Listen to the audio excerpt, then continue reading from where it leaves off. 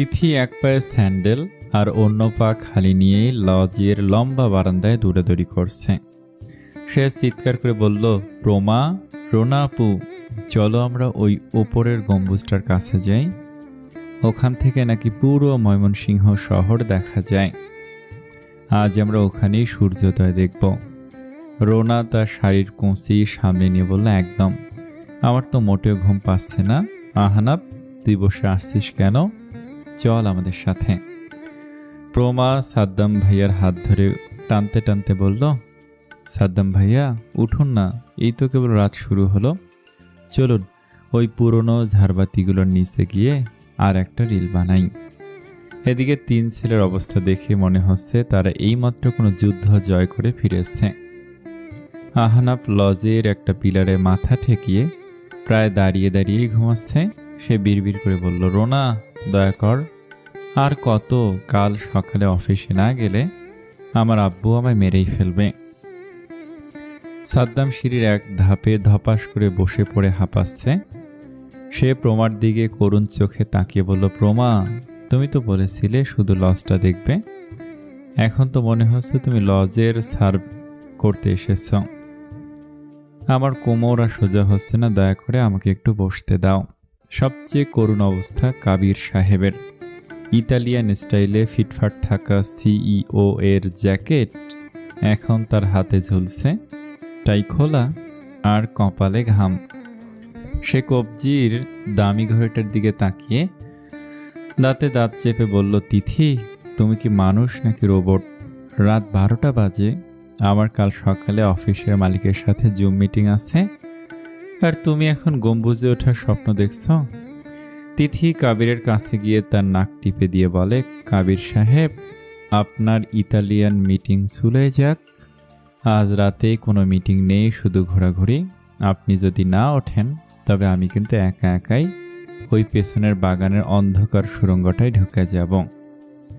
সুড়ঙ্গ আর অন্ধকার শব্দটা শুনেই কাবির মৃদু হাসল।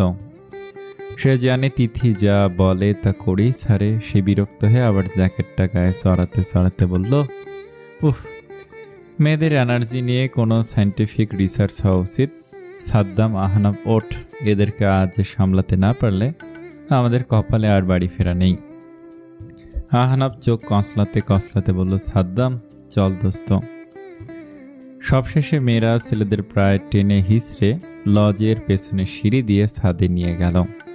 তিথি আগে আগে দৌড়াচ্ছে, তার পেছনে প্রমা আর রোনা হাসাহাসি করছে, আর একদম পেছনে তিন ছেলে এমনভাবে পা ফেলছে যেন তারা ফাঁসির মঞ্চে যাচ্ছে। সাদ্দাম ফিসফিস করে কাবিরকে বলল, কাবির, তুই তো অনেক বড় সিইও, এমন কোনো মেশিন বানাতে পারিস না যা দিয়ে মেয়েদের এই রাতের বেলার এনার্জি একটু কমানো যায়? কাবির একটা দীর্ঘশ্বাস ফেলে বলে, মেশিন তো দূরের কথা, তিথির এই জেদের সামনে তো আমার কোম্পানির এআই পর্যন্ত হ্যাং হয়ে যাবে। চাঁদের আলোয় শশী লজের ছাদ থেকে যখন পুরো শহরটা রূপলি দেখাচ্ছিল, সবাই তখন সবচেয়ে উঁচু গম্বুজের দিকে যাচ্ছিল। সাদ্দাম একটু পরপর ফিসফিস করে বলছে, ভয় পেও না প্রমা, আমি তো আছি, জাস্ট সিঁড়িগুলো একটু সাবধানে পা ফেলো। তাদের ঠিক পেছনে রোনা আর আহনাব। রোনা সাধারণত সাহসী হলেও এই অন্ধকারে কেন জানি আহনাফের পাঞ্জাবির হাতাটা খামছে ধরে আছে। আহনাফ হাই তুলতে তুলতে বলছে, রোনা, এই অন্ধকারে যদি ভূত আসে তবে কিন্তু আমি তোকে রেখে দৌড় দিব। রোনা অন্ধকারেও আহনাফকে একটা চিমটি কেটে নিজের ভয় লুকানোর চেষ্টা করল। অবশেষে তিথি, সে খুব ভাব নিয়ে একাই হাঁটছিল, আর তার ঠিক পেছনে ছায়ার মতো লেগে আছে কাবির। কাবির মনে মনে বেশ বিরক্ত হলেও তিথির নিরাপত্তার কথা ভেবে হাত বাড়িয়ে তাকে আগলে রাখার চেষ্টা করছে। হঠাৎ একটা বিকট শব্দ, গম্বুজের কার্নিশ থেকে এক ঝাঁক বিশাল বাদুড় ডানা ঝাপটিয়ে সজোরে তিথির মাথার ওপর দিয়ে উড়ে গেল। অন্ধকারের মাঝে এই আকস্মিকতায় তিথি নিয়ন্ত্রণ হারিয়ে এক বিকট চিৎকার দিয়ে পেছনের দিকে উল্টে পড়ল। পেছনেই দাঁড়িয়েছিল কাবির। সে তিথিকে সামলাতে গিয়ে দু হাতে তাকে জড়িয়ে ধরল। কিন্তু তিথির গতির ধাক্কায় দুজনে ধপাস করে দেয়ালের সাথে চেপে গেল। অন্ধকারে ভারসাম্য সামলাতে গিয়ে অবিশ্বাস্য এক দুর্ঘটনা ঘটে গেল। তিথির ঠোঁট গিয়ে লাগলো কাবিরের ঠোঁটে। কয়েক সেকেন্ডের জন্য যেন পুরো পৃথিবী থমকে গেল। গম্বুজের সেই ঘুটঘুটে অন্ধকার, শুধু দুজনের দ্রুত হৃদস্পন্দন শোনা যাচ্ছিল। কাবির স্তব্ধ হয়ে গেল, তার বুকের ভেতর যেন কোনো অদৃশ্য ড্রাম বাজছে। তৃতীয় বড় বড় চোখ করে অন্ধকারের মাঝে কাবিরের চোখের দিকে তাকিয়ে রইল। মুহূর্তের মধ্যে তিথির সারা শরীরে একটা গরম শিহরণ বয়ে গেল। এদিকে সামনে সাদ্দাম তখন প্রমাকে চাঁদের আলো দেখানোর জন্য এতই মগ্ন যে পেছনে কি বিস্ফোরণ ঘটে গেছে তার টেরি পায়নি। আর রোনা আহনাফের সাথে তর্কে মেতেছে যে বাদুরটা আসলে কত বড় ছিল। কাবির দেয়ালের সাথে চেপে যাওয়ায় সেই রেশটা কাটতে না কাটতে তিথি কোনো মতে নিজেকে সামলে নিয়ে অস্ফুট স্বরে বলে উঠল, আসলে আমি ভয় পেয়ে গিয়েছিলাম কাবির ভাইয়া। ভাইয়া শব্দটা কানে যেতেই কাবিরের চোয়াল শক্ত হয়ে এলো। সে এক পায়ে এগিয়ে গেল তিথির দিকে। অন্ধকার গম্বুজদের মাঝেও কাবিরের তীক্ষ্ণ দৃষ্টি যেন তিথির হৃৎপিণ্ড অবধি পৌঁছে যাচ্ছে। কাবির ধীর স্থিরভাবে তার শার্টের হাতা দুটো কোণই পর্যন্ত গুটিয়ে নিল। তার বাম হাতের কালো বেল্টের ঘড়িটা আবছা আলোয় চিকচিক করে উঠল।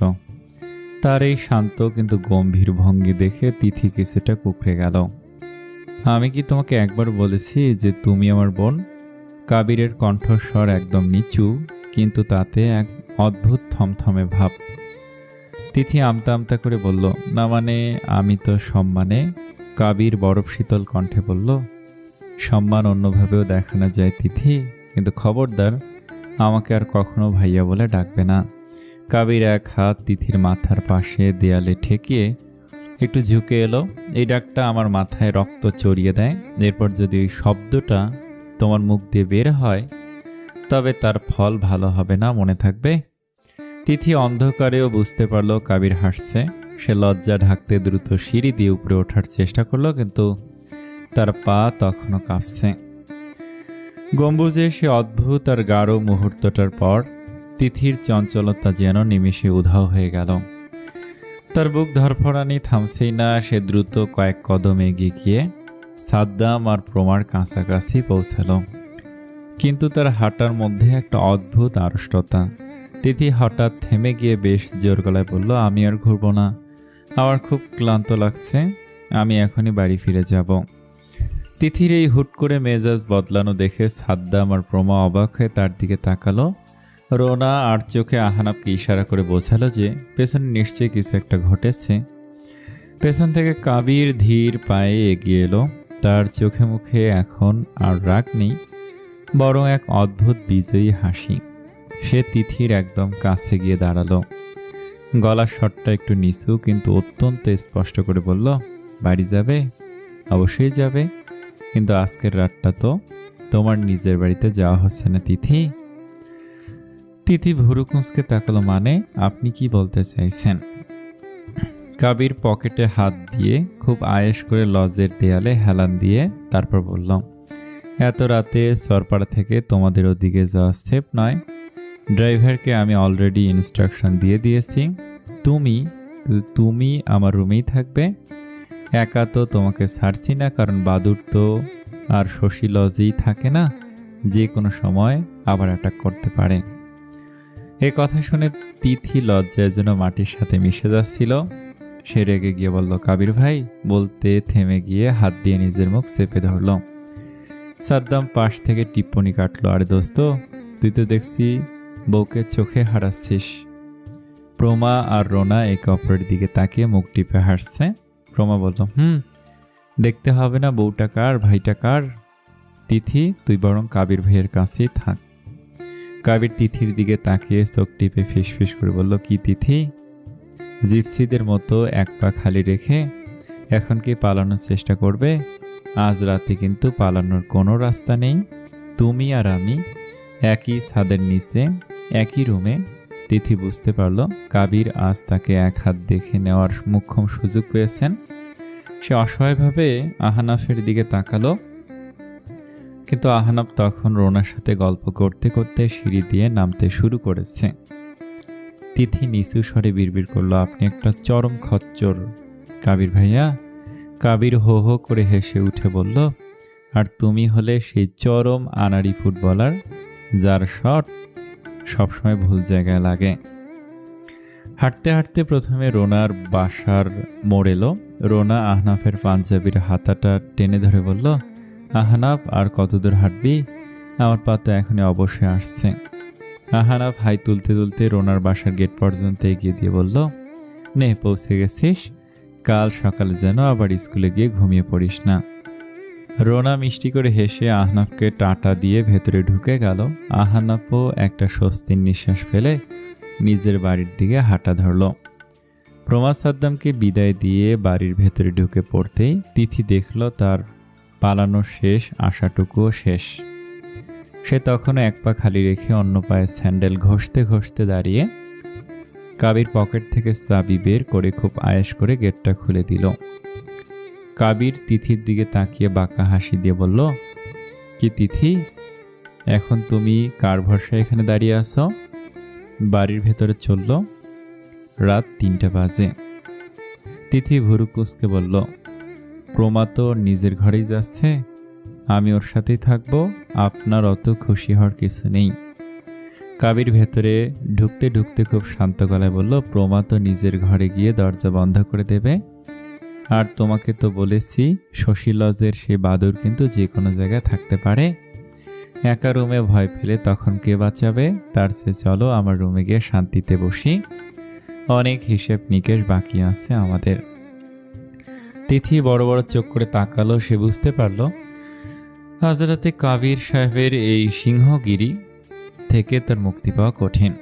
কিছুক্ষণ পর বিছানার এক কোনায় বসে তিথি যখন নিজের ভাগ্যকে দোষ দিচ্ছিল, ঠিক তখনই কাবির আলমারি থেকে তোয়ালে বের করে বাথরুমের দিকে হাঁটা দিল। দরজার কাছে গিয়ে সে হঠাৎ থেমে গিয়ে তিথির দিকে ঘুরে তাকালো। কাবিরের চোখে সেই চেনা দুষ্টুমি। সে খুব গম্ভীর গলায় বলল, আমি ফ্রেশ হতে যাচ্ছি, খবরদার বিবিজান রুমের বাইরে পা বাড়াবে না। প্রমা কিন্তু ওর ঘরের দরজা ভেতর থেকে লক করে দিয়েছে, আর পুরো বাড়ি এখন অন্ধকার। কোনো বাদুর যদি তোমাকে একা পেয়ে অ্যাটাক করে, আমি কিন্তু বাথরুম থেকে বাঁচানোর জন্য দৌড়ে আসতে পারবো না। তিথি একটা বালিশ জড়িয়ে ধরে মুখ ভেঙছে বলল, আপনি জানতাম আমি কোথাও যাচ্ছি না। মুস্কি হেসে কাবির ওয়াশরুমে ঢুকে গেল। কাবিরের রুমের উজ্জ্বল আলোয় এখন সবকিছু একদম পরিষ্কার দেখা যাচ্ছে। ঝকঝকে সাদা দেয়াল আর দামি আসবাবপত্রের মাঝে রুমের কোনায় বসে তিথি তখন ঘামছে। বাইরে বৃষ্টি না থাকলেও রুমের ভেতর এসি একদম 18 ডিগ্রিতে চলছে, কিন্তু তিথির মনে হচ্ছে তার চারপাশ দিয়ে গরম হাওয়া বয়ে যাচ্ছে। নার্ভাস হওয়ার কারণে এসির কনকনে ঠান্ডাতেও তার কপালে বিন্দু বিন্দু ঘাম জমছে। এদিকে কাবির শাওয়ার নিতে গিয়ে ভাবছে, আজকে সব ভুল বুঝাবুঝি মিটমাট করে ফেলতে হবে। তিথিকে অনেক কষ্ট দিয়েছি আর না। ঠিক তখনই বাথরুমের দরজা খুলে বের হলো কাবির। তিথি জানালার দিক থেকে মুখ ফেরাতেই তার হার্টবিট কয়েক সেকেন্ডের জন্য বন্ধ হয়ে গেল। কাবির বাথরুম থেকে বের হয়েছে মাত্র, পরনে তার শুধু একটা কালো ট্রাউজার, অর্ধাঙ্গ পুরোপুরি উন্মুক্ত। এসির ঠান্ডা বাতাসে তার সুঠাম দেহে ছোট ছোট কাঁপুনি দিলেও তার এতে হেলদোল নেই। ল্যাম্পশেড আর সিলিংয়ের উজ্জ্বল আলোয় কাবিরের জিম করা নিখুঁত অ্যাপসগুলো একদম স্পষ্ট হয়ে আছে। চওড়া কাঁধ আর বুকের সুঠাম পেশিগুলো থেকে তখনও পানির কণা গড়িয়ে নামছে। চুলের অগ্রভাগ থেকে শুয়ে পড়া পানি তার সুঠাম দেহের খাঁজ বেয়ে নিচে নেমে যাচ্ছে। তিথি দ্রুত চোখ সরিয়ে নিতে চাইল, কিন্তু এসির ঠান্ডাতেও সে এখন রীতিমতো ঘামছে। সে তোতলামি করে বলল, আপনি আপনি শার্ট পরেননি কেন? অসভ্যের মতো এভাবে কেন ঘুরছেন? আর এসিটা কি একটু কমানো যায় না? আমি কেমন জানি লাগছে। কাবির মুস্কি হাসল। সে তোয়ালাটা পাশে রেখে ধীর পায়ে তিথির দিকে এগিয়ে গেল। প্রতিটা পদক্ষেপে তার শরীরের পেশিগুলো যেন কথা বলছে। সে তিথির একদম সামনে এসে ঝুঁকে দাঁড়ালো। কাবিরের শরীরে সেই সতেজ ঘ্রাণ আর এসির ঠান্ডা হাওয়ায় তিথির মাথা ঝিমঝিম করতে লাগলো। কাবির নিচু স্বরে তারপর বলল, নিজের ঘরে কি কেউ শার্ট পরে থাকে বিবিজান? আর তুমি ঘামছো কেন? এসি তো 18তে চলছে। তিথি বালিশটা বুকের কাছে টেনে নিয়ে চিৎকার করে বলল, আপনি খুব খারাপ। আপনি ইচ্ছাকৃতভাবে আমাকে লজ্জা দিচ্ছেন। যান, শার্ট পরে আসুন। কাবির এবার তিথির খুব কাছে গিয়ে তার কানের কাছে ফিসফিস করে বলল, শশী লজের সেই গম্বুজে অন্ধকারে যখন আমার ওপর পড়েছিলি তখন তো শরীরটা বেশ শক্ত মনে হয়েছিল, তাই না? এখন এই আলোতে দেখতে সমস্যা কি? তোমার কি ভয় লাগছে বিবিজান? নাকি আমার এই সুঠাম দেহ দেখে তোমার হার্টবিট বেড়ে যাচ্ছে? তিথি এবার অসহায়ভাবে কাবিরের চোখের দিকে তাকালো। উজ্জ্বল আলোয় কাবিরের সেই পেশিবহুল শরীর আর চঞ্চল চোখের চাহনিতে তিথি যেন হারিয়ে যাচ্ছে। সে আমতা আমতা করে বলল, আপনি একদম বাজে কথা বলবেন না। আপনার হার্টবিট বেশি, আমার না। কাবির হো হো করে হেসে উঠল। সে তিথির একদম কাছে এসে তার চিবুকটা আঙ্গুল দিয়ে উঁচিয়ে ধরল। তাহলে হাত দিয়ে পরীক্ষা করে দেখো না কার হার্টবিট বেশি। তিথি লজ্জায় লাল হয়ে গেল। সে ভাবল, শশী লজের বাদুরটার চেয়ে এই শার্টলেস সিংহটা অনেক বেশি বিপজ্জনক। তিথি বাথরুম থেকে ফ্রেশ হয়ে যখন বের হলো তার অস্বস্তি তখন চরমে। কাবিরের দেয়া একটা বড় সাইজের টি শার্ট আর ট্রাউজার পরেছে সে, যেটা তার গায়ে রীতিমতো ঝুলছে। এসির ঠান্ডায় তার হাত পা হিম হয়ে আসছে, কিন্তু ঘাড়ের কাছে নার্ভাসনেসের সেই ঘামটা তখনও শুকায়নি। রুমে ঢুকে তিথি দেখল কাবির তখনও শার্টলেস অবস্থায় বিছানায় হেলান দিয়ে বসে আছে। কোলে তার ল্যাপটপ, আঙুলগুলো কিবোর্ডের ওপর দ্রুত চলছে। তিথিকে ঘরে ঢুকতে দেখেও সে একবার চোখ তুলে তাকালো, তারপর আবার ল্যাপটপের স্ক্রিনে মন দিল। তিথি আমতা আমতা করে দরজার কাছে দাঁড়িয়ে বলল, আপনি কি এখনো কাজ করছেন? আমি কি প্রমার রুমে চলে যাব? কাবির ল্যাপটপ থেকে চোখ না সরিয়েই গম্ভীর গলায় বলল, বসে থাকো বিবিজান, আর খবরদার প্রমার রুমের কথা মুখে আনবে না। আমি একটা ইমেল পাঠাচ্ছি, শেষ হলেই তোমার সাথে কথা আছে। তিথি বিছানার একদম শেষ মাথায় কোনো মতে একটু জায়গা করে বসল।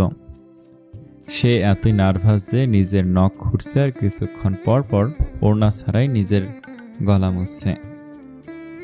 এসির ঠান্ডা বাতাস তার গায়ে কাঁপুনি ধরিয়ে দিচ্ছে, কিন্তু কাবিরের সেই অর্ধনগ্ন শরীরের উপস্থিতি তাকে আরও বেশি অস্থির করে তুলছে। কাবির আর চোখে তিথির এই অবস্থা দেখছে আর মনে মনে চরম মজা পাচ্ছে। তিথি যে কতটা অপ্রস্তুত সেটা তার লাল হয়ে যাওয়া কান দেখলেই বোঝা যাচ্ছে। কাবির হঠাৎ ল্যাপটপটা একপাশে রেখে তিথির দিকে একটু এগিয়ে এলো। কি ব্যাপার বিবিজান, তুমি কি আজ সারা রাত ওভাবে মূর্তির মতো বসে থাকবে? এসিকে আরো কমিয়ে দেব? তুমি তো দেখছি কাঁপছ। তিথি ধরফর করে উঠে দাঁড়ানোর চেষ্টা করে বলল, না ঠিক আছে, আপনি শার্ট পরুন না প্লিজ। আপনার কি ঠান্ডা লাগে না? কাবির এবার ল্যাপটপ বন্ধ করে সরাসরি তিথির সামনে এসে হাঁটু গেড়ে বসল। সে তিথির একদম কাছে মুখ নিয়ে গিয়ে ফিসফিস করে বলল, আমার কেন জানি ঠান্ডা লাগছে না বিবিজান, বরং তোমাকে এত নার্ভাস দেখে আমার বেশ গরম লাগছে। তুমি ঘামছো কেন বলো তো?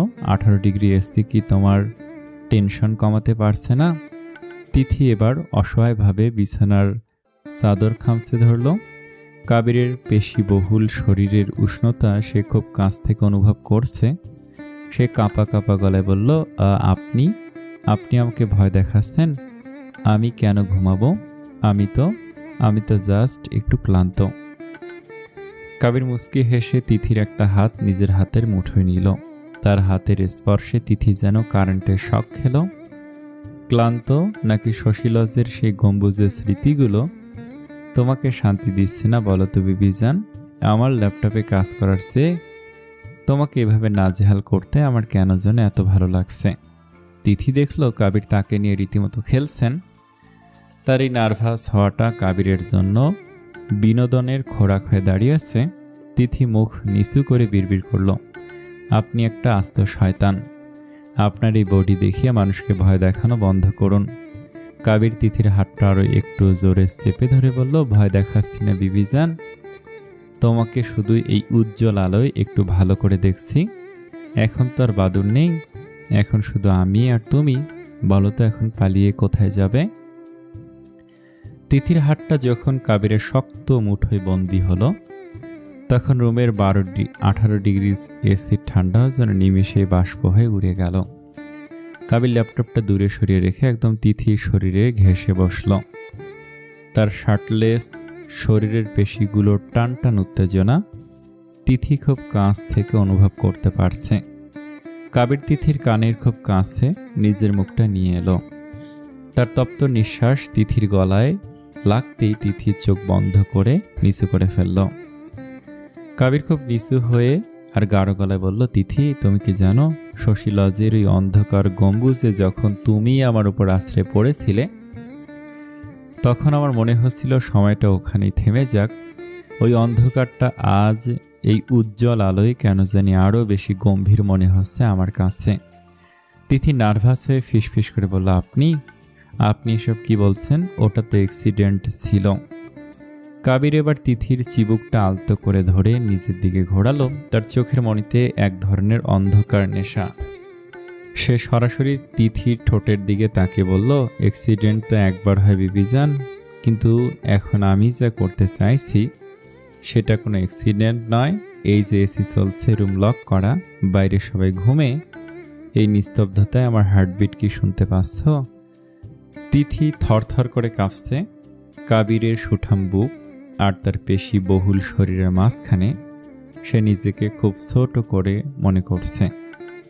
কাবির তার ঠোঁটের খুব কাছে নিজের ঠোঁট নিয়ে এসে আরও গাঢ় স্বরে বলল, তোমার এই কাঁপুনি আমাকে আরও বেশি পাগল করে দিচ্ছে।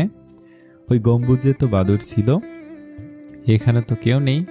এখন যদি আমি ওই অ্যাক্সিডেন্টটা আবার রিপিট করতে চাই, তবে কি তুমি আগের মতোই আমায় জাপটে ধরবে? তিথি কোনো মতে বলল, আপনি খুব বেশি অশ্লীল কথা বলছেন, আমার খুব ভয় লাগছে। কাবির বাঁকা হাসল। সে তিথির পিঠের ওপর নিজের একটা হাত রাখল, যা টি শার্টের ওপর দিয়েও তিথির শরীর পুড়িয়ে দিচ্ছে। সে বলল, ভয় পাওয়াটা ভালো বিবিজান, কারণ ভয়ের পরেই তো চরম আনন্দ লুকিয়ে থাকে। তোমার ঘাড়ের ওই বিন্দু বিন্দু ঘামগুলো বলছে তুমিও ঠিক সেটাই ভাবছো যে আমি ভাবছি। আজ রাতটা শুধু ঘুমের জন্য নয়, আজ রাতটা তোমার আর আমার ওই ভুলগুলোকে সঠিক করার জন্য। কাবির এবার তিথির খুব কাছে ঝুঁকে এলো। ল্যাম্প শেডের নীল আলো আর এসির কনকনে ঠান্ডায় তাদের দুজনের শরীরের উষ্ণতা এক হয়ে যাচ্ছে। কাবির তিথির একদম ঠোঁটের কাছে ফিসফিস করে বলল, ওই যে শশী লজে চুমুটা অর্ধেক থেকে গেছিল না, ওটা আজ রাতে পূর্ণতা পাবে। তুমি কি তৈরি আছো আমার এই ডার্ক লাভের স্বাদ নিতে? তিথি উত্তর দেওয়ার শক্তি হারিয়ে ফেলেছে। সে শুধু বুঝল কাবিরের এক হাত তার কোমর বেষ্টন করে ফেলেছে আর অন্য হাত তার চুলে খেলা করছে। কাবিরের সেই সুঠাম দেহ আর ডার্ক ফ্ল্যাটের সামনে তিথি আজ পুরোপুরিভাবে পরাজিত। তিথির নার্ভাসনেস চরমে। কাবিরের সেই সুঠাম দেহ আর নেশা লাগানো চোখের চাহনি সহ্য করতে না পেরে তিথি আর নিজেকে সামলাতে পারল না।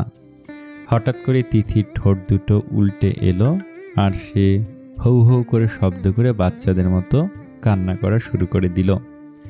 যেই কাবির কয়েক সেকেন্ড আগে একজন রোমান্টিক হিরোর মতো ফ্লার্ট করছিল, তিথির কান্না দেখে সে এক মুহূর্তের মধ্যে থতমত খেয়ে গেল। তার সব রোমান্টিসিজম যেন এক বালতি বরফ জলে ধুয়ে গেল। সে নিজেকে কোনো মতে সামলে নিয়ে সোজা হয়ে বসে বলল, আরে বিবি, তুমি কাঁদছো কেন? কি হলো? আমি কি খুব বেশি ভয় দেখিয়ে ফেলেছি?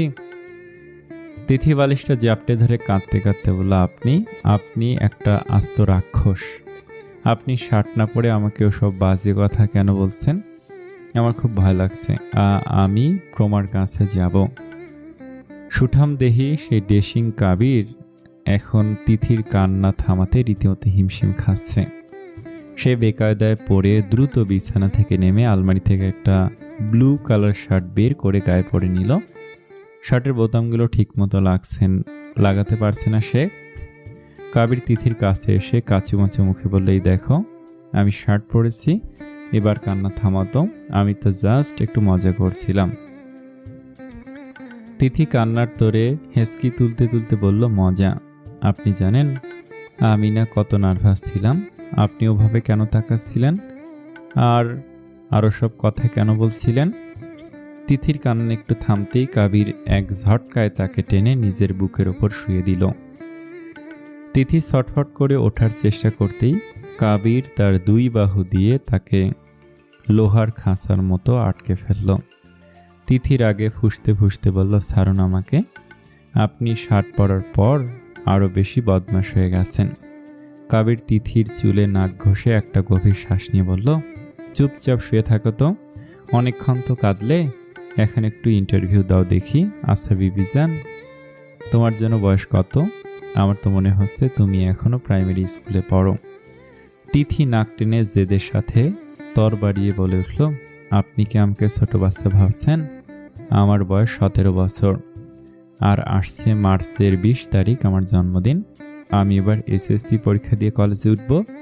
আপনি জানেন না আমি কত বড় হয়ে গেছি? কাবিরের মাথায় আকাশ ভেঙে পড়া। তিথির মুখ থেকে বয়স আর কলেজে উঠব কথাটা শুনেই কাবিরের হাসি যেন 1 সেকেন্ডের জন্য হাওয়া হয়ে গেল। সে ঝট করে তিথির দিকে তাকিয়ে চোখ কপালে তুলো, কি বললে? তুমি কেবল এসএসসি পরীক্ষা দিবে? মানে তুমি এখন স্কুলের গণ্ডি পার হওনি? ওরে আল্লাহ, আমি তো ভেবেছিলাম আমি কোনো ম্যাচিউর মেয়ের সাথে প্রেম করছি।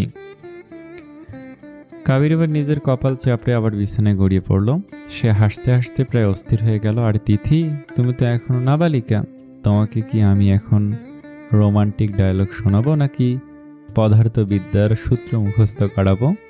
18 বছরের আগে তোমাকে ছোঁয়াও তো দেখি আইনত দণ্ডনীয় অপরাধ। আমি কি না আস্তে একটা পিসির সাথে ফ্লার্ট করছি? তিথিবার রাগে বিছানায় শুয়েই কাবিরের বুকে ধূপধাপ কিল মারতে মারতে চিৎকার করে উঠল, খবরদার, পিচ্ছি বলবেন না। স্কুলের মেয়েরা কি কিছু বোঝে না? আর আমি কি আপনার পারমিশন নিয়ে বড় হব? মার্চের 18-20 তারিখ আসতে আর মাত্র 2 মাস বাকি, তখন দেখবেন আমি কত ম্যাচিউর হয়ে গেছি। কাবির এবার আরও বেশি মজা পেয়ে মুচকি এসে বলল, ওরে বাবা, ম্যাডাম তো দেখি ক্ষেপে আগুন। আচ্ছা, তোমার এই জন্মদিনে কি আমি বারবি ডল গিফট পাঠাবো নাকি জ্যামিতি বক্স?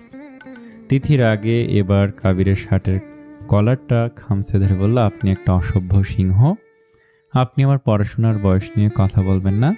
আমি কলেজে উঠি আর যেখানেই যাই, আপনি আমার হার্টবিট নিয়ে কেন খেলছেন? কাবির তিথির কপালে একটা আলতো চুমু খেয়ে ফিসফিস করে বলল, রাগলে তোমাকে আরও বেশি কিউট লাগে বিবিজান। এখন ভালো বাচ্চার মতো ঘুমিয়ে পড়ো, না হলে কাল সকালে কিন্তু চোখ ফুলে আলুর মতো হয়ে যাবে। তিথির আগে কথা বলা বন্ধ করে দিল, কিন্তু কাবিরের উষ্ণ বুকের ভেতর তার হার্টবিট এখন ড্রাম বাজানোর মতো শব্দ করছে। সে মনে মনে ভাবল, এসএসসি পরীক্ষা দিয়ে কলেজে উঠতে দিন শুধু, তখন আপনাকে বুঝিয়ে দিব আমি কত বড় হয়েছি। তিথি এতক্ষণ কাবিরের বুকের উপর মুখ লুকিয়ে থাকলেও হুট করে মাথা তুলে তার চোখের দিকে সরাসরি তাকালো। তার চোখে তখনও কান্নার রেশ, কিন্তু গলায় একরাশ কৌতূহল আর অভিযোগ। তিথি ভুরুকুচকে জিজ্ঞাসা করল, আপনি আমাকে বিবিজান বলে ডাকেন কেন? এই ডায়লগটা শুনলে আমার কেমন জানি লাগে, মনে হয় আপনি আমাকে আরও বেশি পচানোর জন্য এটা করেন। কাবির ল্যাম্প শেডের আলোতে তিথির লাল হয়ে যাওয়া নাকের দিকে তাকিয়ে একটু হাসল। সে তিথির এলোমেলো চুলগুলো কানের পেছনে সরিয়ে দিয়ে খুব শান্ত কিন্তু গভীর গলায় বলল, কেন বিবিজান ডাকটা তোমার পছন্দ না? তুমি কি জানো এর মানে কি? তিথি রেগে গিয়ে বলল, জানি, বিবি মানে বউ বা স্ত্রী। আপনি তো আমায় টাকা দিয়ে কিনতে চেয়েছিলেন, আমায় স্ত্রী হিসেবে স্বীকৃতি দেননি। এমন কি এত বছরগুলোর মধ্যেও একটা দিনও খোঁজখবর পর্যন্ত নেননি। কাবির এবার তিথিকে আরও একটু কাছে টেনে নিল। তার সেই সুঠাম দেহের উষ্ণতায় তিথি আবার অনুভব করতে লাগলো। কাবির ফিসফিস করে বলল, আসলে আব্বু এইভাবে বিয়ে দেয়াটা আমি মেনে নিতে পারিনি, তাই তোমার সাথে কোনো রকম যোগাযোগ করিনি। আমি তোমাকে চিনতে ভুল করেছি, এজন্য সরি বিবিজান। তিথি না থেমে বলে, বিবিজান ডাকটা কি আপনার নতুন কোনো ফাজলামি? কাবির শান্ত কণ্ঠে বলল, সব কিছু কি ফাজলামি হয় তিথি? বিবি ডাকটা আসলে কোনো উপাধি নয়, এটা একটা অধিকার। তিথি অবাক হয়ে তাকিয়ে রইল। কাবির আরও বলতে লাগলো, তোমাকে বিবিজান বললে তোমার মুখটা রাগে যেমন টমেটোর মতো লাল হয়, সেটা দেখতে আমার যা লাগে না। তিথি এবার কাবিরের বুকে একটা কিল মেরে বলল, আপনি একটা আস্ত নাটকবাজ। এখন সরি বলছেন? আমাকে রাগিয়ে দিতে আপনার খুব ভালো লাগে, তাই না? কাবির মুচকি হেসে তিথির কপালে নিজের কপাল ঠেকিয়ে বলল, হ্যাঁ, খুব ভালো লাগে। তিথি বুঝতে পারল এই লোকটার কাছে যুক্তি দিয়ে হারানো অসম্ভব। সে মুখ ফিরিয়ে বিড়বিড় করে বলল, অসভ্য সিংহ একটা। কাবির হেসে বলল, শুনলাম কিন্তু, এখন চুপচাপ ঘুমাও বিবি সাহেবা, রাত প্রায় শেষ। সকাল 8টা। জানালার পর্দার ফাঁক দিয়ে আসা সোনালি রোদ সরাসরি কাবিরের খাটে এসে পড়েছে। এসি ঠান্ডা আর রুমের নিস্তব্ধতায় পরিবেশটা একদম শান্ত। বিছানায় কাবির তখন আধো জাগ্রত অবস্থায়। সে অনুভব করল তার বুকের ওপর বেশ ভারী আর উষ্ণ কিছু একটা চেপে আছে। চোখ খুলে সে দেখল তিথি তার ওপর শুয়ে গভীর ঘুমে আচ্ছন্ন। রাতের সেই ঝগড়া, রাগ আর কান্নার কোনো চিহ্নই এখন তিথির মুখে নেই। সে একদম নিশ্চিন্তে কাবিরের চওড়া বুকের ওপর নিজের মাথা রেখে কাবিরের শার্টের মুঠো করে ধরে ঘুমাচ্ছে। তার একটা পা কাবিরের পায়ের ওপর তুলে দেয়া, ঠিক যেন কোনো ছোট্ট শিশু তার প্রিয় খেলনাটিকে জড়িয়ে ধরে আছে। কাবির নড়াচড়া করল না। যদি তিথির ঘুম ভেঙে যায়, সে মুগ্ধ হয়ে তিথির শান্ত মুখটার দিকে তাকিয়ে রইল। কাল রাত 4টে পর্যন্ত যে মেয়েটা তাকে শয়তান আর অসভ্য বলে গালি দিচ্ছিল, সেই মেয়েটাই এখন তার হৃদয় স্পন্দন শুনে ঘুমাচ্ছে।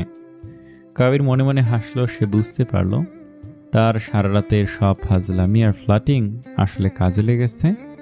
সে তিথিকে এটা বোঝাতে পেরেছে যে এই সিংহের গুহাটা আসলে তার জন্য পৃথিবীর সবচেয়ে নিরাপদ জায়গা। আগের সব মান অভিমান ভুলে তারা এক হয়েছে। তিথির এই সমর্পণ দেখে কাবিরের মনে এক অদ্ভুত প্রশান্তি এলো। সে মনে মনে ভাবল, তাহলে শেষ পর্যন্ত বিবিজানকে মানাতে পারলাম।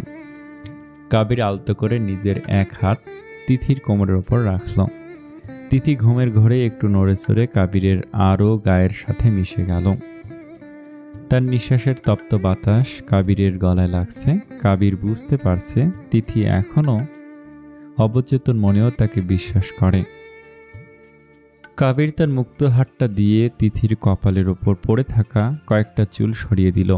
এই মেয়েটা তার জীবনে যে কি পরিমাণ ঝড় তুলেছে সেটা সে আগে বুঝেনি। সে তিথির কপালে খুব আলতো করে একটা চুমু খেল। হঠাৎ দরজার বাইরে প্রমার হাঁটা চলার শব্দ পাওয়া গেল। কাবির জানে একটু পরেই প্রমা এসে দরজায় নক করবে। সে ভাবল, তিথি যদি এখন এই অবস্থায় নিজেকে আবিষ্কার করে তবে নির্ঘাত আবার চিৎকার শুরু করবে। কিন্তু কাবির চাচ্ছে না এই সুন্দর মুহূর্তটা এখানেই শেষ হোক। সে নিচু স্বরে বিড়বিড় করে বলল, জেগে উঠলে তো আবার সেই চিল্লাচিল্লি শুরু করবে। তার চেয়ে বরং এভাবেই আরও কিছুক্ষণ থাকো। স্কুলের পড়ালেখা তো অনেক করলে, এখন একটু আমার ভালোবাসাটা মুখস্থ করো। কাবির তিথিকে আরও একটু নিবিড়ভাবে নিজের সাথে জড়িয়ে ধরল। তার সুঠাম শরীরের ওপর তিথির সেই অধিকার আজ যেন পূর্ণতা পেল। কাবির এখন পুরোপুরি নিশ্চিত এই স্কুল গার্ল এখন পুরোপুরি তার মায়া আটকে গেছে। সকাল তখন মাত্র 9টা। রুমের ভেতর এসির হালকা গুঞ্জন আর বাইরের পাখির কিচিরমিচির ছাড়া আর কোনো শব্দ নেই। কাবির খুব সাবধানে বিছানা ছাড়ল, যেন তার সামান্য নড়াচড়াতেও তিথির গভীর ঘুম ভেঙে না যায়। পাটিপিটি পেশে জানালার ধারে টেবিলটার সামনে গিয়ে বসল। কাবিরের চেহারা এখন কেবল কঠোরতায় দেখা যাচ্ছে। ল্যাপটপের পাওয়ার বাটন টিপতেই স্ক্রিনের নীলচে আলো তার তীক্ষ্ণ চোখের ওপর এসে পড়ল। কিবোর্ডে কয়েকটা জটিল পাসওয়ার্ড আর বায়োমেট্রিক সিকিউরিটি পার হতেই স্ক্রিনে ভেসে উঠল অসংখ্য এনক্রিপ্টেড ফাইল আর গ্লোবাল ম্যাপ। সে হেডফোনটা কানে লাগিয়ে একটা বিশেষ স্যাটেলাইট চ্যানেলে তার আন্ডারগ্রাউন্ড টিমের সাথে যুক্ত হলো। স্ক্রিনের এক কোণায় আরশাদ চৌধুরীর অফিসের ব্লুপ্রিন্ট ফুটে উঠেছে। কাবির এক হাতে কপাল ঘষে ল্যাপটপের মাইক্রোফোনের কাছে মুখ নিয়ে এলো। তার কণ্ঠস্বর এবার সম্পূর্ণ বদলে গেছে, অত্যন্ত শীতল, নিচু আর পেশাদার। কাবির খুবই নিচু এবং শীতল গলায়, শোনো আরশাদ চৌধুরী, ভাবছে আমি ওর বিজনেস ডিল হ্যান্ডেল করছি, কিন্তু আমার মেইন টার্গেট ওই ব্ল্যাক ফাইলগুলো। অপারেশন সাকসেসফুল না হওয়া পর্যন্ত আন্ডারগ্রাউন্ড নেটওয়ার্কে যেন একদম সাইলেন্ট থাকে। কোনো ভুল হলে আরশাদ চৌধুরীর সাথে সাথে আমাদের পুরো প্ল্যানটাই ধসে পড়বে। সে ল্যাপটপের স্ক্রিনে একটা ডিজিটাল ম্যাপ ওপেন করে মাউস দিয়ে একটা নির্দিষ্ট পয়েন্ট আউট করলো। কাবির, পয়েন্ট 2B আমাদের লোক সেট করা আছে তো? আরশাদের পার্সোনাল ভল্ট খুলতে গেলে আমাদের বায়োমেট্রিক ক্লোন লাগবে। আমি অলরেডি ওর গ্লাসের সাব থেকে ফিঙ্গারপ্রিন্ট কালেক্ট করেছি। নেক্সট 48 ঘন্টার মধ্যে সার্ভার হ্যাক করে ডেটাবেস আমাদের কবজায় নিতে হবে। তার কণ্ঠস্বর এবার আরো গম্ভীর আর সতর্ক হয়ে এলো, যেন দেয়ালেরও কান আছে। মনে রাখবে, আরশাদ চৌধুরীর নেটওয়ার্ক অনেক গভীরে, ইতালিয়ান পুলিশের ভেতরে ওর লোক আছে, তাই এক্সিট প্ল্যানটা খুব সূক্ষ্ম হতে হবে। যদি আমি সিগন্যাল দিই তবেই তোমরা শিপমেন্ট ইন্টারসেপ্ট করবে, তার আগে নয়। আমাদের লক্ষ্য শুধু ফাইলগুলো নয়, ওর পুরো অবৈধ সাম্রাজ্যের রুট ম্যাপটা ফাঁস করা। Just stay sharp. কাবির স্ক্রিনের দিকে তাকিয়ে একটু বাঁকা হাসলো। ল্যাপটপের আলোয় তার চোখের মণি দুটো যেন জ্বলছে প্রতিহিংসার আগুনে। আরেকটা কথা, আরশাদ যদি আমার কোনো মুভ সন্দেহ করে তবে প্ল্যান বি এক্সিকিউট করবে। সেক্ষেত্রে ল্যাবে রাখা ওই কেমিক্যাল ট্রান্সফরমারটা ব্লক করে দিও। আমি চাই না এই অপারেশনে কোনো কোলারেটাল ড্যামেজ হোক। আমার নজর ওর ওপর আছে, ও জাস্ট বুঝতে পারছে না ও কার সাথে ডিল করছে। কথাগুলো শেষ করেই সে কিবোর্ডে একটা কমান্ড দিয়ে দ্রুত ব্রাউজার উইন্ডো পাল্টে আরশাদ চৌধুরীর অফিসের ড্যাশবোর্ডের সামনে নিয়ে এলো। ল্যাপটপের স্ক্রিনে এখন আরশাদ চৌধুরীর গম্ভীর মুখ। ব্যাকগ্রাউন্ডে মিলানের সেন্ট্রাল অফিসের ভিউ দেখা যাচ্ছে। আরশাদ চৌধুরী কেবল একজন ব্যবসায়ী নন, তিনি ইতালির একজন মাফিয়া সমতুল্য প্রভাবশালী ব্যক্তি। তিনি যখন রাইনার কথা তুললেন তখন মিটিংয়ের পরিবেশটা শান্ত হয়ে উঠল। তিনি বলছেন, কাবির, রাইনা ল্যাম্বরগিনির নতুন ইভেন্টের জন্য তোমাকে পার্টনার হিসেবে চাইছে। আমি অলরেডি মিলানের ক্যাথেড্রাল স্কোয়ারের কাছ থেকে একটা নতুন ভিলা বুক করেছি তোমাদের জন্য। আমি চাই তুমি এবার রাইনার সাথেই থাকো। কাবির যখন বিনয়ের সাথে উত্তর দিতে যাবে, তিথি তখনও ঘুমের ঘোরে। সে জানত না যে এই ল্যাপটপের ছোট ক্যামেরার ওপাশে ইতালির এক কোটিপতি তার হবু বরের দিকে নজর রাখছেন। সে পেছন থেকে কাবিরের কাঁধ জড়িয়ে ধরে আদো আদো গলায় বলল, আপনি এখনো বিবিকে ছেড়ে এই বাক্সের ল্যাপটপের সাথে কথা বলছেন? আমার পেটে ইঁদুর দৌড়ে আছে, চলুন না। আরশাদ চৌধুরীর চোখ ছোট হয়ে এলো। তিনি ইতালিয়ান স্টাইলে চশমাটা নাকের ওপর নামিয়ে বললেন, হু ইজ দিস কাবির? আর সে তোমাকে বিবি বলছে কেন? তুমি কি বাংলাদেশে এসে আমাদের রাইনাকে ভুলে কোনো লোকাল মেয়ের পাল্লায় পড়লে? কাবিরের কপালে তখন বিন্দু বিন্দু ঘাম। সে দ্রুত মিউট বাটন চেপে তিথিকে এক হাত দিয়ে সরিয়ে দিল, তারপর আনমিউট করে অত্যন্ত ঠান্ডা মাথায় প্রফেশনাল গলায় বলল, আরশাদ সাহেব, উনি আমার ফ্যামিলির একজনের মেয়ে। বাংলাদেশে তো জানেনই কাজিনের অনেক সময় বেশি ফ্রাঙ্ক হয়। আর বিবি শব্দটা আসলে আমাদের একটা কোড ল্যাঙ্গুয়েজ, যা দিয়েও চকলেট ও ট্রিট বোঝায়। ও এখনো বাচ্চা। আপনি কাইন্ডলি রাইনাকে বলবেন আমি ফিরলে ওর সাথে কফি ডেটে যাব। এখন কি আমরা নেক্সট প্রজেক্টের শিপমেন্ট নিয়ে কথা বলতে পারি? মিটিং শেষ করে ল্যাপটপটা সজোরে বন্ধ করলো কাবির। সে ঘুরে তিথির দিকে তাকালো। তিথি তখন বুঝতে পেরেছে যে সে মস্ত বড় কোনো ভুল করেছে। কাবির চেয়ারসে উঠে দাঁড়ায়, রাগে তার শরীর কাঁপছে। সে তিথিকে দেয়ালের সাথে চেপে ধরে খুব নিচু গলায় বলল, তুমি কি জানো তিথি, আজ তুমি আমার কয়েক বিলিয়ন ডলারের ডিল আর কেরিয়ার দুটোই ঝুঁকিতে ফেলে দিয়েছিলে। আরশাদ চৌধুরী যদি একবার সন্দেহ করেন আমি ওনাকে মিথ্যা বলছি, তবে মিলানে আমার টিকে থাকা কঠিন হবে। তিথি ভয়ে কাঁপতে কাঁপতে বলল, আমি তো জানতাম না, আমি তো শুধু আপনাকে ডাকতে এসেছিলাম। কাবির এবার বাঁকা হাসলো। সে তিথির একদম কাছে এসে তার কানের লতি কামড়ে দিয়ে ফিসফিস করে বলল, ক্ষতি তো করেই ফেলেছ, এখন এই ইতালিয়ান সিইওকে এর ক্ষতিপূরণ কে দেবে? আরশাদ চৌধুরীর মেয়ে রাইনা তো আমাকে কয়েক কোটি টাকার শেয়ার দিত, তুমি কে দেবে বিবি? তিথি এবার অসহায়ভাবে কাবিরের সুঠাম দেহের ওপর নিজের ছোট হাত দুটো রেখে বলল, আমি আমি আপনাকে অনেক অনেক পড়াশোনা করে ভালো রেজাল্ট দেব। কাবির হো হো করে হেসে উঠল। সে তিথিকে জাপটে ধরে বলল, রেজাল্ট দিয়ে কি হবে, চলো নিচে, সবাই নিশ্চয়ই আমাদের এই ইন্টারন্যাশনাল ড্রামা শোনার জন্য ডাইনিংয়ে অপেক্ষা করছে। সবাই যখন ডাইনিং টেবিলে বসা তখন পরিবেশটা বেশ উৎসব মুখর ছিল। একদিকে তিথির মা বাবা, অন্যদিকে কাবিরের মা বাবা, আর পাশে প্রমা। কাবির আর তিথি সিঁড়ি দিয়ে নামতেই প্রমা বাঁকা হেসে তিথির দিকে তাকালো। তিথি এখনো লজ্জায় কুঁকড়ে আছে, কারণ সে জানে তার অগোছালো অবস্থা দেখে সবাই বুঝে গেছে কাল রাতে কি হয়েছে। কাবির গম্ভীর মুখে চেয়ার টেনে বসল। প্রমা যখন কফি ঢালছিল তখন কাবির সবাইকে থামিয়ে দিয়ে বলল, আব্বু আম্মু আর আঙ্কেল আন্টি, আপনাদের একটা কথা জানানো দরকার। আজ যে সকালে আরশাদ চৌধুরী, আমার ইতালির কোম্পানির ওনার, আমাকে কল করেছিলেন। উনি খুব সিরিয়াসলি একটা প্রস্তাব দিয়েছেন। সবাই খাওয়া থামিয়ে উৎসুক হয়ে তাকালো। কাবির তিথির থরথর করে কাঁপতে থাকা হাতের দিকে একবার তাকে বলতে লাগলো, উনি চান ওনার মেয়ে রাইনার সাথে আমার বিয়ে দিতে। রাইনা এখন মিলানে আমার জন্য অপেক্ষা করছে।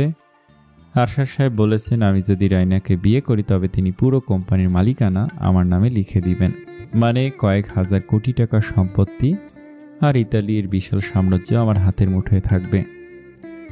কথাটা শুনে ডাইনিং টেবিলে নীরবতা নেমে এলো। তিথির মা বাবা একে অপরের দিকে অসহায়ভাবে তাকালেন। তারা জানেন কাবির কত বড় মাপের মানুষ, আর তার সামনে তাদের 17 বছরের মেয়ে তিথি তো একেবারে নগণ্য। তিথির বুকটা ফেটে যাচ্ছিল।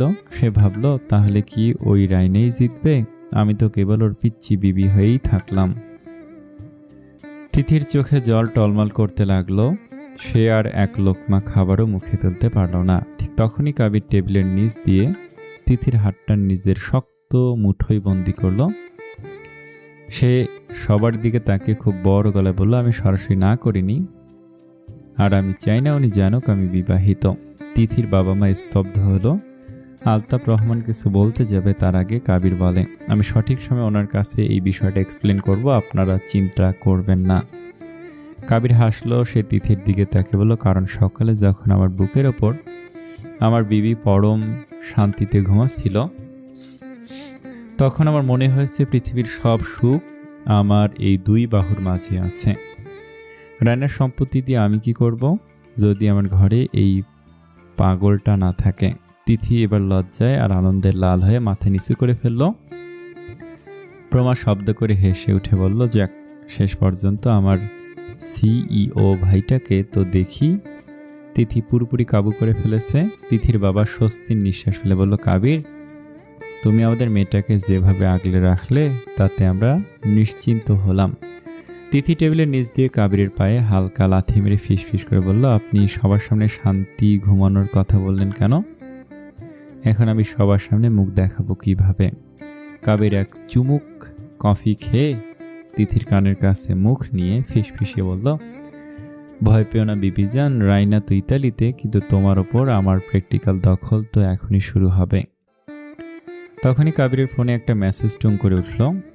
মেসেজটা দেখে কাবির কফিতে চুমুক দেওয়া বন্ধ হয়ে গেল। মেসেজে লেখা, Kabir, I am not convince, Raina আর আমি অলরেডি এয়ারপোর্টের পথে, প্রাইভেট জেটে আমরা ময়মনসিংহে আসছি। তোমার ওই ফ্যামিলি মেম্বার আর বিবির সাথে আমাদের একটু দেখা হওয়া দরকার। See you in the evening. Kabir laptop বন্ধ করে নিজের কপাল টিপে ধরল। সে ভাবল, এই লোক তো দেখে আস্ত একটা গোয়েন্দা, তার ওপর দিয়ে যাওয়ার চেষ্টা করছে। কাবিরের চেহারা দেখে প্রমা জিজ্ঞেস করলো, কি হয়েছে রে ভাইয়া, মুখটা অমন শুকিয়ে গেল কেন? কাবির ঢোক গিলে বলল, আরশাদ চৌধুরী আর ওনার মেয়ে রাইনা বাংলাদেশে আসছেন। আজ বিকেলেই ওনারা আমাদের বাড়িতে পৌঁছাবেন। কথাটা শোনা মাত্রই তিথির হাতের রুটির টুকরো প্লেটে পড়ে গেল। সে কাঁপা কাঁপা গলায় বলল, তার মানে ওই ইতালিয়ান রাইনা এখানে আসছে? আপনি তো বলেছিলেন ওকে না করে দিয়েছেন, ও কেন আসছে? কাবির তিথির দিকে তাকে একটু মজা পাওয়ার জন্য বলল, উনি মনে হয় দেখতে আসছেন ওনার হবু জামাইকে কোন বিবি জাদু করেছে। তিথি রাইনা কিন্তু 6 ফিট হাইট আর ইতালির টপ ফ্যাশন ডিজাইনার। তুমি তো ওর সামনে দাঁড়ানো মনে হবে স্কুলের বাচ্চা ভুল করে বড়দের পার্টিতে চলে এসেছে। তিথি এবার রাগে চেয়ার ছেড়ে দাঁড়িয়ে গেল। কিশোরী সত্তা এখন এক চণ্ডী রূপ ধারণ করেছে। সে কোমরে হাত দিয়ে বলে, আসুক, কত বড় রাইনা আমি দেখে নেব। ও ইতালির ডিজাইনার হতে পারে, কিন্তু আপনি তো ওনার সামনে সবচেয়ে সুন্দর শাড়িটা পরে দাঁড়াবো, দেখি উনি কিভাবে আমার বিবিটা কেড়ে নেন। তিথির এমন লেডি ডন ভাব দেখে কাবিরের বাবা মা আর তিথির বাবা মা হাসতে হাসতে শেষ। প্রমা বলল, আরে তিথি, তুই কি রাইনার সাথে যুদ্ধ করবি নাকি? তিথি জেদের সাথে বলল, যুদ্ধই তো, ওনার ওপর অন্য কারো নজর আমি সহ্য করব না। আর আপনি কাবিরের দিকে তাকিয়ে, আপনি যদি একবারও ওর দিকে তাকিয়েছেন তবে খবর আছে। কাবির মনে মনে হাসলো। তিথিকে এভাবে অধিকার নিয়ে লড়তে দেখে তার ভেতরে এক অদ্ভুত আনন্দ হচ্ছে। সে ভাবল, রাইনা আসুক না আসুক, আমার এই পিচ্ছি বিবি যে আস্ত একটা বাঘিনী হয়ে উঠছে, এটাই বড় পাওনা। সকালের ব্রেকফাস্টের পরেই তিথির বাবা মা বিদায় নিয়েছেন, কিন্তু যাওয়ার আগে তারা কাবিরের বাবা মা এবং প্রমার কাছে তিথিকে এক প্রকার আমানত হিসেবে রেখে গেছেন। তিথির মা বাবাকে চলে যায়। তিথি একটু দীর্ঘশ্বাস ছেড়ে প্রমার দিকে হাত বাড়ায়। নতুন পরিকল্পনা করার উদ্দেশ্যে কাবির ব্যাপারটা বুঝতে পারে। টেবিল ছেড়ে সোজা গিয়ে তিথির সামনে দাঁড়ায়। কাবির খুব শান্তভাবে বলে, তিথি উপরে চলো, 5 মিনিটের মধ্যে আসবে। কাবির সাথে সাথেই ধূপধাপ পা ফেলে তার ঘরে ঢুকে যায়। প্রমা তিথির হাতে সিমটি কেটে হুঁশ ফেরায়। কি তিথি ভাবি, ভাইয়া তো তোকে চোখে হারায়, কি এমন করলি রাতের বেলায়?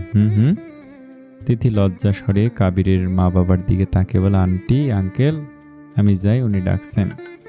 আলতাফ রহমান তারপর বললেন, যে আম্মু, অনুমতি চাওয়ার দরকার নেই, তোমরা তো বিবাহিত। তিথি লজ্জায় এবার মুখ লাল হয়ে যায়। সারা ইয়াসমিন মুস্কি হেসে তিথির কাঁধে হাত রেখে বললেন, যাও মা, ও একটু জেদি হতে পারে, কিন্তু মনের দিক থেকেও খারাপ না। তুমি ওপরে গিয়ে ওর সাথে কথা বলো। এখন তো এই বাড়িটাই তোমার আপন ঘর, আর কাবির তোমার আপন মানুষ, লজ্জা পেয়ে থেমে থেকো না। তিথি মাথা নিচু করে ধীর পায়ে সিঁড়ি দিয়ে উপরে উঠতে থাকে। প্রমা পেছন থেকে ফিসফিস করে বলে, তোর কপাল তো খুলে গেল রে তিথি, দেখিস 5 মিনিট যেন 5 ঘন্টা না হয়ে যায়। তিথি পেছনে ফিরে প্রমাকে একবার চোখ রাঙিয়ে দ্রুত পায়ে কাবিরের ঘরের দরজার দিকে দাঁড়ালো। তিথি দেখল দরজাটা সামান্য ভেজানো। সে খুব সাবধানে ভেতরে পা রাখল। দেখল কাবির জানালার দিকে মুখ করে দাঁড়িয়ে আছে।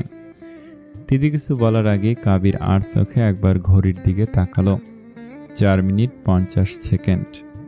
সময়ের জ্ঞানটা অন্তত আছে তোমার? তিথি একটু থতমত খেয়ে, আপনি এভাবে প্রমার সামনে আর আঙ্কেল আন্টির সামনে ওভাবে ডাকলেন কেন? সবাই কি ভাবছে জানেন? কাবির ঘুরে দাঁড়ালো। তার চোখে এক অদ্ভুত চাহনি, যেটা তিথি আগে কখনো দেখেনি। কাবির শান্ত গলায় বলল, সবাই যে ভাবছে, আমি চাই তুমিও সেটাই ভাবো। এপ্রিল মাসে তো তোমার বোর্ড পরীক্ষা, তা কি পড়া হয়েছে শুনি? আমি আসলে না, মানে এখন কি আপনি আমায় পড়াবেন নাকি? হ্যাঁ, কেন সমস্যা আছে? থাকলেও প্রবলেম নেই, আমি সলভ করে দেব।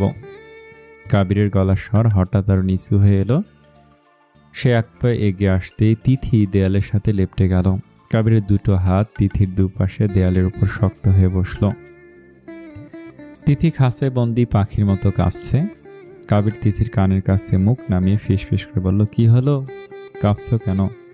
নিচে তো খুব তেজ দেখাচ্ছিলে, এখন আমার খুব কাছে আসতে ইচ্ছে করছে না? তিথি ভয়ে আর লজ্জায় চোখ বন্ধ করে ফেলল। কাবিরের তপ্ত নিঃশ্বাস তার ঘাড়ে লাগছে। তিথি কোনো মতে তোতলাতে তোতলাতে বলল, আমি নিচে যাচ্ছি, প্রমা একা আছে। কাবির বাঁকা হাসল। কোনো কথা না বলে আচমকা তিথিকে পাঁজা কোলা করে কোলে তুলে নিল। তিথি আর্তনাদ করে উঠে 2 হাতে কাবিরের শক্ত কাঁধ খামছে ধরল।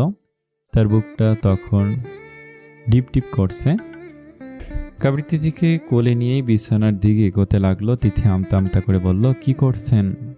ছাড়ুন আমাকে, কেউ দেখে ফেলবে তো। কাবির বিছানায় তিথিকে আলতো করে নামিয়ে দিয়ে তার উপর ঝুঁকে এলো। কাবিরের চোখের চাহনি এবার একদম অন্যরকম, যেন কোনো এক নেশায় বুঁদ হয়ে আছে। ফিল করতে পারছো? আমার হার্টবিটটা কত জোরে চলছে বুঝতে পারছো?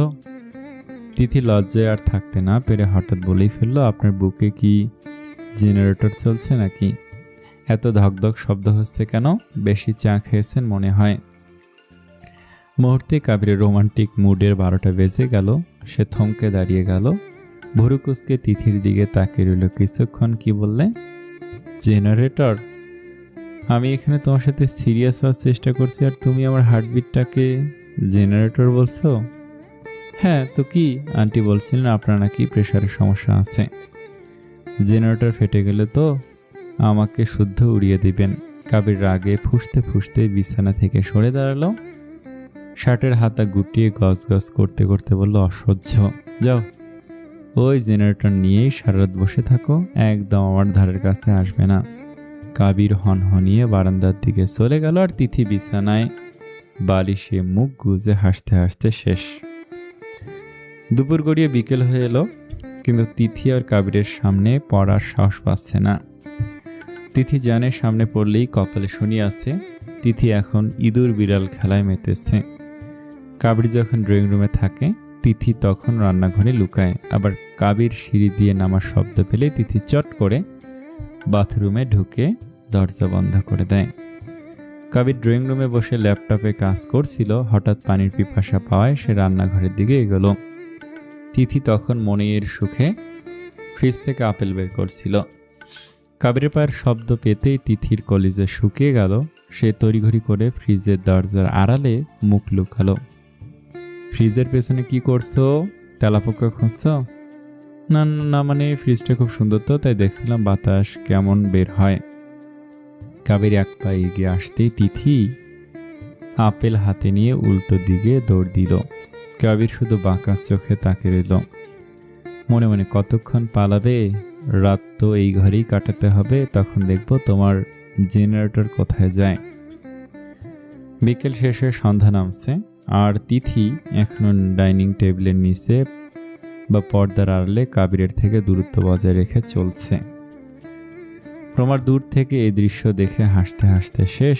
বিকেল 5টা, বাড়ির সামনে একটি কালো কুঁচকুঁচে বুলেট প্রুফ কেডিলাক এসে থামল। লম্বা লম্বা বিদেশি বডিগার্ডরা নেমে চারপাশ ঘিরে ফেলল।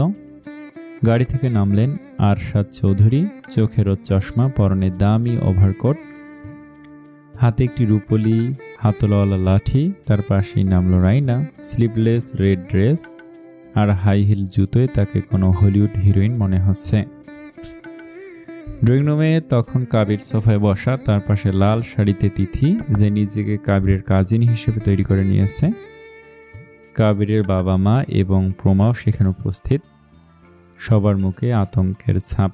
আরশাদ চৌধুরী রুমে ঢুকে তার ভাবি গলার স্বরে বললেন, ভারী গলার স্বরে, হ্যালো কাবির, জুম মিটিংয়ে তোমার ওই বিবির কথা শুনে থাকতে পারলাম না।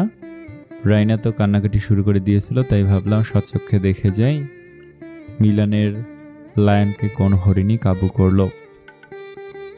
রাইনা ঘৃণা ভরা চোখে তিথির দিকে তাকিয়ে বলল, dad, is he this girl? ও তো স্রেফ একটা বাচ্চা, একেই তুমি তোমার বিবি বলছিলে কাবির?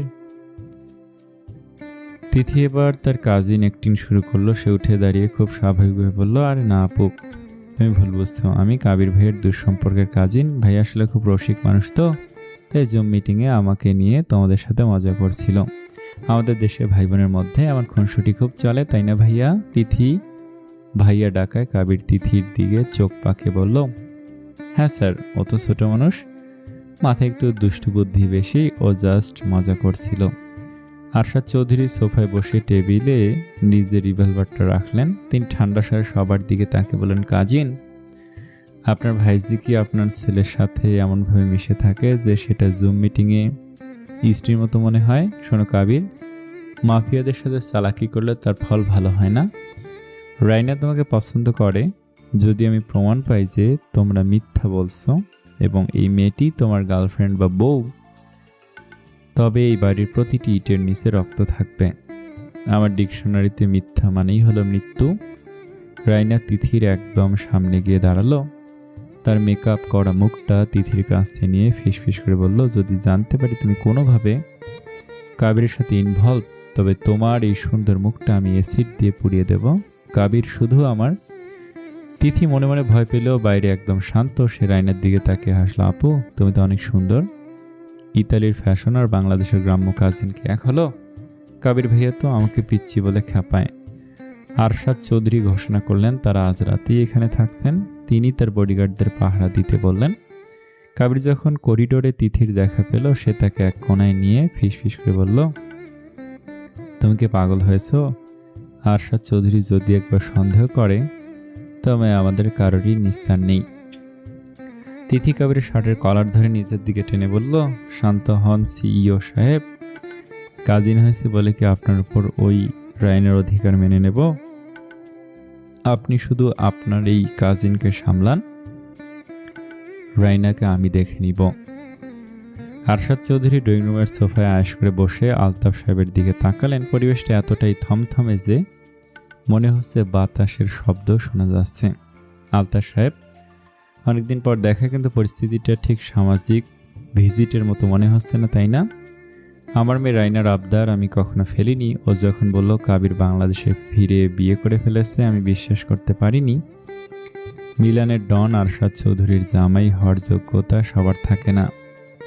আসলে আরশাদ সাহেব, আপনি ভুল বুঝছেন। আমাদের ছেলে আপনাদের অনেক সম্মান করে, আর এই মেয়েটি ও তো আমাদের এক দুঃসম্পর্কের আত্মীয়র মেয়ে, একটু চঞ্চল তো, তাই হয়তো রসিকতা করে কিছু বলে ফেলেছে।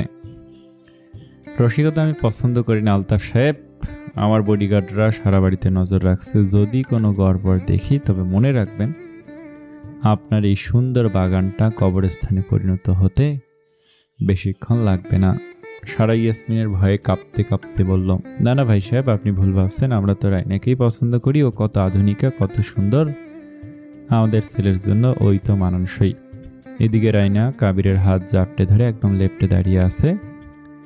সে তার মেকি সুরেলা গলায় বলতে শুরু করলো, ও কাবির বেবি, তুমি এই পাড়া গায়ে, তুমি অজপাড়া গায়ে এসে কিভাবে আসো? I missed you so much. Dad তো বললো আজ রাতেই থাকবো। চলো না তোমাদেরই বাড়ি, আর ওই যে বাইরে বড় বাগানটা দেখলাম, ওটা আমাকে ঘুরিয়ে দেখাবে। I want to see what you love this place so much. Kabir অসহায়ের মতো তিথির দিকে তাকালো। তিথি মুচকি হেসে প্রমার দিকে ইশারা করলো, অবশ্যই আপু, কেন দেখাবে না? ভাইয়া তো আমাদের এই বাগানে নিয়ে খুব গর্ব করে। চলো না আমরা সবাই মিলে ঘুরি। প্রমা, তুইও চল, আপুকে আমাদের স্পেশাল বাগানটা ঘুরিয়ে দেখাই। সবাই বাগানে বের হলো। রাইনা কাবিরের বাহু আঁকড়ে ধরে হাঁটছে আর নানা রকম ঢং করছে। উফ কাবির, এখানে কত মশা, আর এই ঘাসগুলো আমার জুতো নষ্ট করে দিচ্ছে। তুমি কেন আমাকে কোলে তুলে নিচ্ছ না? কাবির পাশ থেকে ফিস ফিস করে প্রমাকে বলল, শুনলি তো, কোলে নিতে হবে, দাঁড়া দিচ্ছি ব্যবস্থা করে। তিথি পা টিপে টিপে রাইনার একটু আগে গিয়ে ঘাসের উপর বিছিয়ে রাখা একটা চিকন পানির পাইপের মুখটা আলগা করে দিল, যেখানে কাদা জমেছিল। আপু, এই দিকটায় দেখো, এখানে খুব সুন্দর বিদেশি ক্যাকটাস আছে, ভাইয়া তোমার জন্যই লাগিয়েছে। রাইনা যেই না হিল জুতো নিয়ে সেদিকে পা বাড়িয়েছে, অমনি কাদার ওপর পা পিছলে সোজা গিয়ে পড়লো একটা ঝোপের ওপর। তার দামি রেড ড্রেস কাদায় একাকার। My dress, my makeup, Kabir help me. Proma মুখ চেপে হাসি থামিয়ে দৌড়ে গেল। ও খোদা, আপু আপনি এখানে পড়লেন? এখানে তো আমরা কালি গরু সার দিয়েছি, দাঁড়ান দাঁড়ান আমি পরিষ্কার করে দিচ্ছি। প্রমা পরিষ্কার করার নাম করে পাশেই থাকা বালতির ঘোলা পানি রাইনার পায়ে ঢেলে দিল। তিথি পাশ থেকে নিরহ মুখে বলল, ইসরে, আপু তো একদম চুবানি খেয়ে গেল। ভাইয়া আপনি রাইনা আপুকে নিয়ে ভেতরে যান।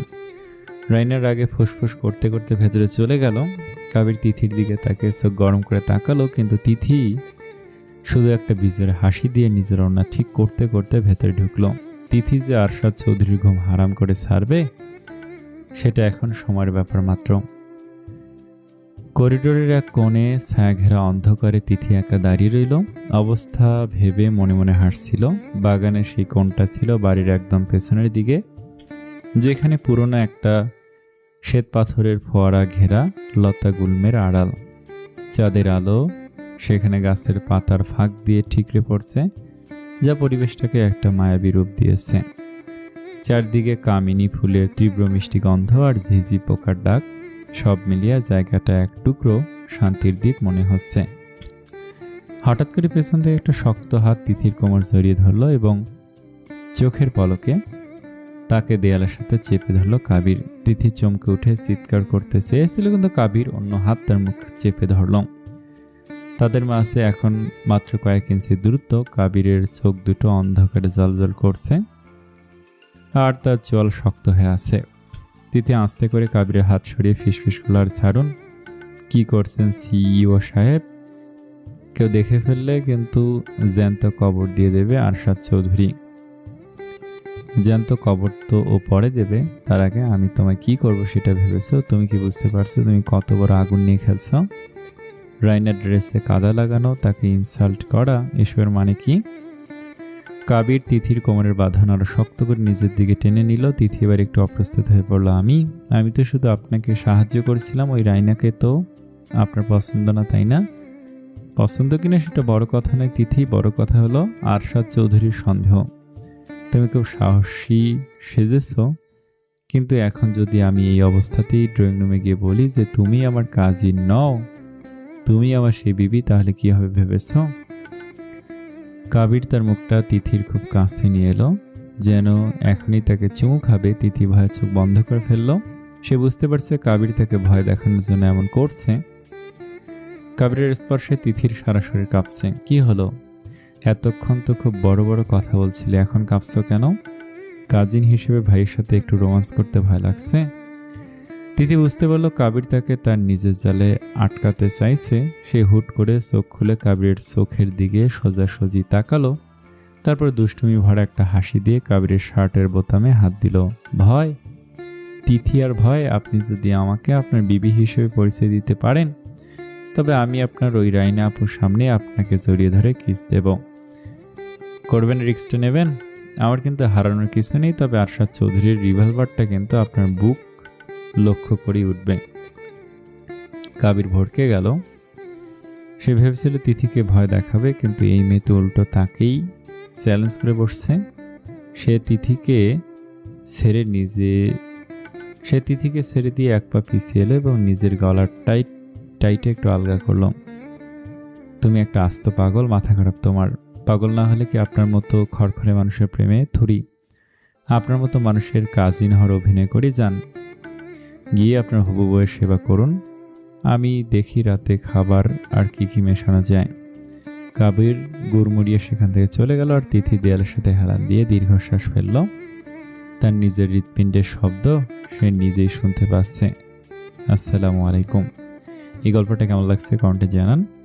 আরেকটা গল্প আছে, সেটা আজকে শেষ হবে। আগামীকাল আরেকটা নতুন গল্প আসবে। অনেক ভালো থাকবেন। আল্লাহ হাফেজ।